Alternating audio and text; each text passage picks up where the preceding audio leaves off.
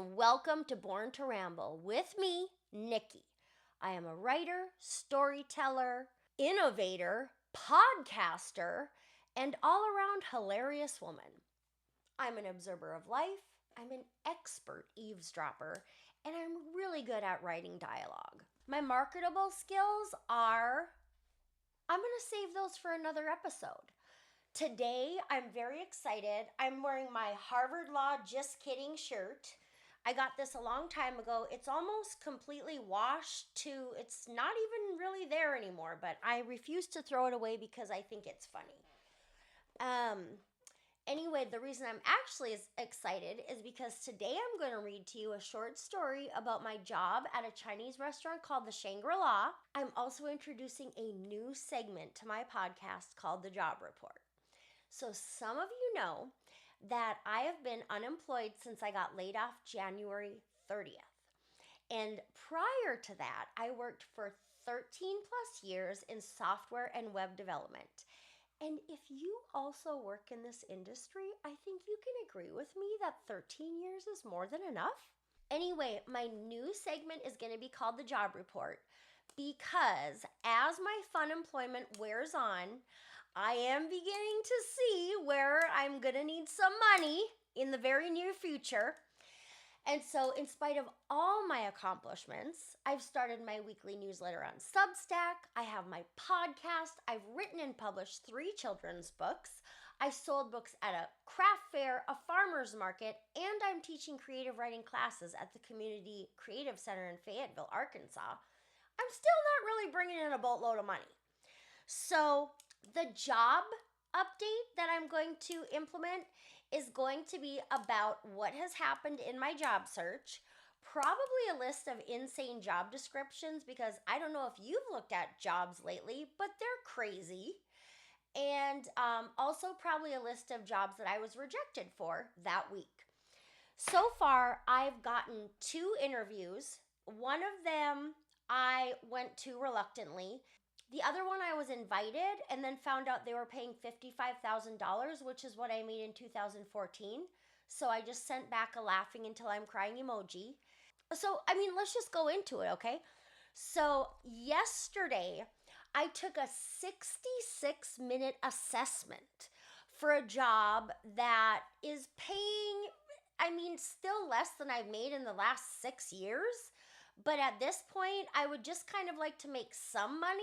So I took this huge assessment because number one, I didn't have my son and I thought, well, this will be better than shopping online. So I took the assessment. It was a lot of editorial questions. It had some kind of business questions like what would you do in this situation? How would you prioritize things? And then it came to this part where there were 4 videos of this man. And each video was 16 seconds. And he's sitting at a desk and he's explaining really awful work situations.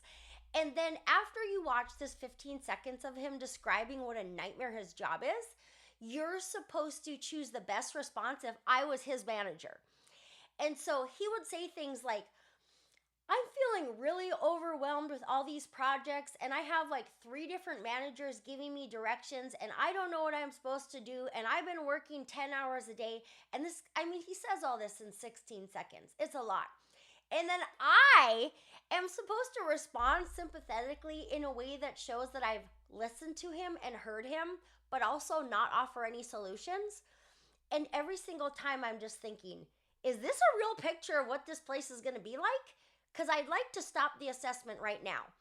But I'm already 48 minutes into the 66 minutes of this thing, so I just kept going. It was just like graduate school. I wanted to quit, but I was already halfway done, so I just kept going.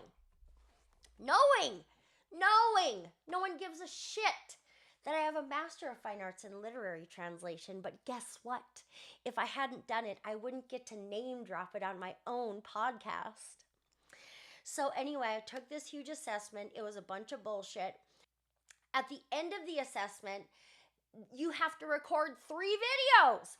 Well, I didn't know I was going to have to be on camera, so I'm sitting there in a hoodie. And also I was sick over the weekend, so my voice was funny. But that made me talk a little bit slower because I didn't want to cough.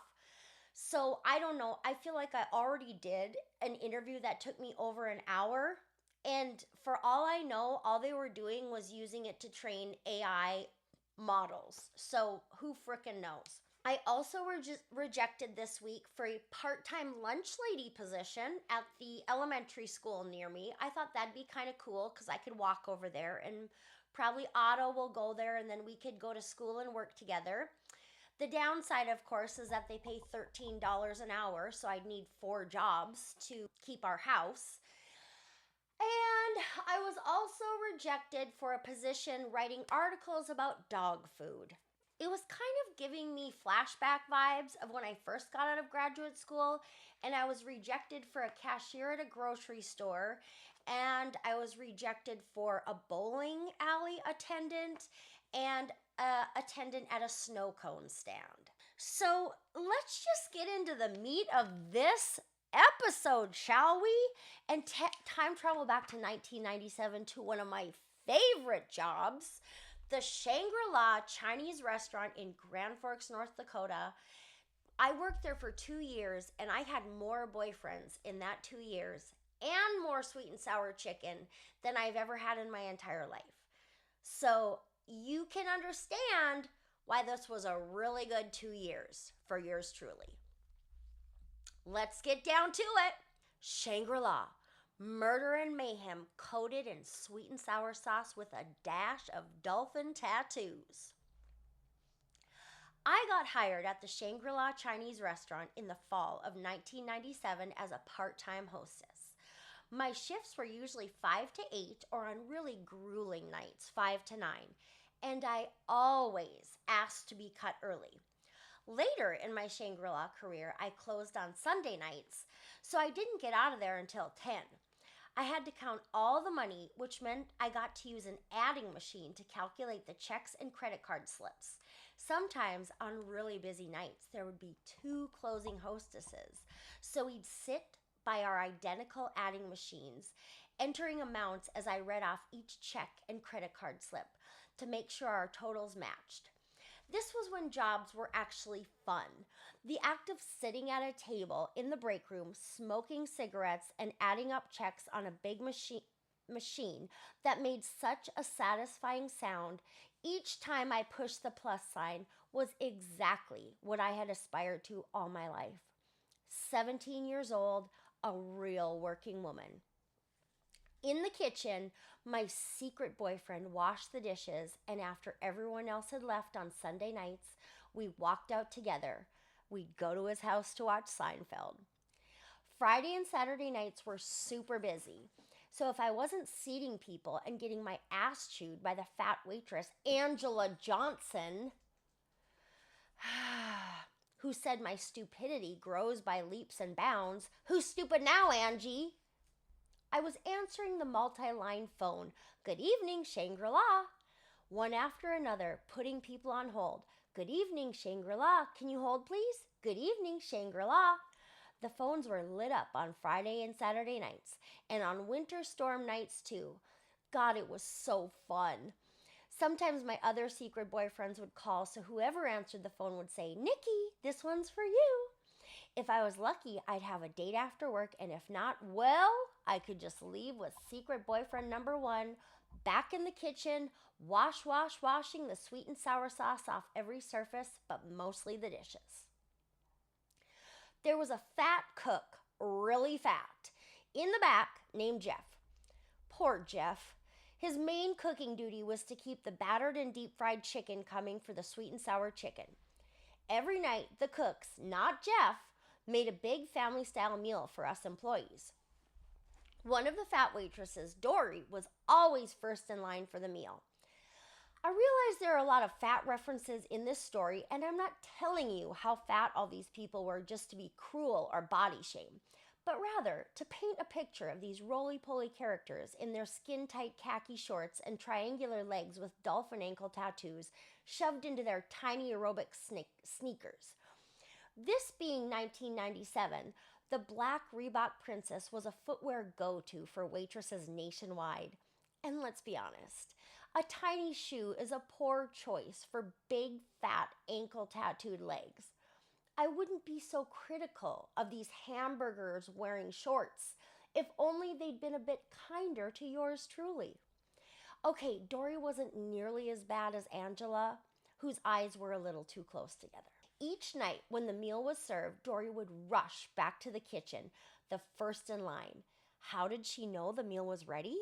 Because she was seen frequently peeping in the kitchen, eyeballing the food prep, waiting to pounce on that delicious chicken fried rice or chicken a la king, or as the owner's very old dad called it, shit on shingle, or chicken curry or chicken something or other. And who saw her peeping? My secret boyfriend, of course, who was in the back washing consomme bowls and scraping white rice off the giant rice pots and gathering all the gossip to pass on to me Sunday nights over Seinfeld. So back to Jeff. Poor Jeff. One night we were especially busy, and so Jeff and Dory were both suffering because the staff supper was delayed. According to my dishwashing source, Jeff was whining more than usual about how hungry he was and claimed his stomach was eating itself. Someone called out, "Hey Jeff, why don't you batter and deep fry your hands and shut the fuck up?" This was just one in a series of quips between poor Jeff and the dishwashers. You see, Jeff had once been a dishwasher, but his promotion to chicken deep fryer had given him a bit of a big head. Tensions were rising between Jeff and the dishwashers. In year 2 of my tenure at the Shangri-La, I had given up on all my other beaus and chosen my one true love, my dishwasher sweetie. He drove me absolutely wild. I would watch him carry the dish tubs to the kitchen and admire his strong back, wide shoulders, and thick arms. Oh my God, can you imagine being 17 and watching this while trying to remain professional? I was with my honey one Sunday night over Seinfeld, and we got to talking about Jeff. I had worked a double shift that day. I worked the Sunday buffet from 10 to 2, and then I came back to close from 5 to 10. Well, that morning, before we even unveiled the chicken chow mein on the buffet steam table, Jeff came in all amped up.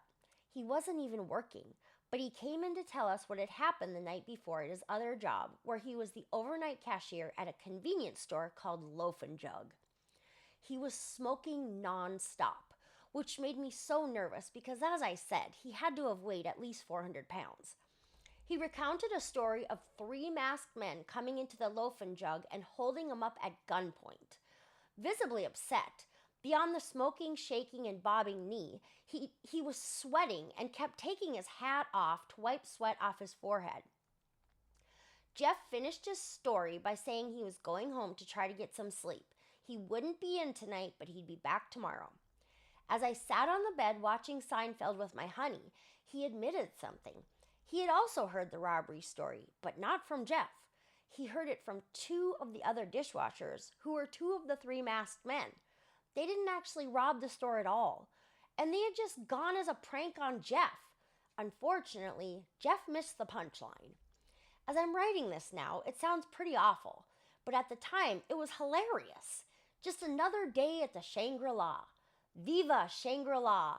Viva the red vinyl tablecloths and the bowl of mints by the cash register that would be an absolute abomination in our post-COVID world. I will never forget you, Shangri-La.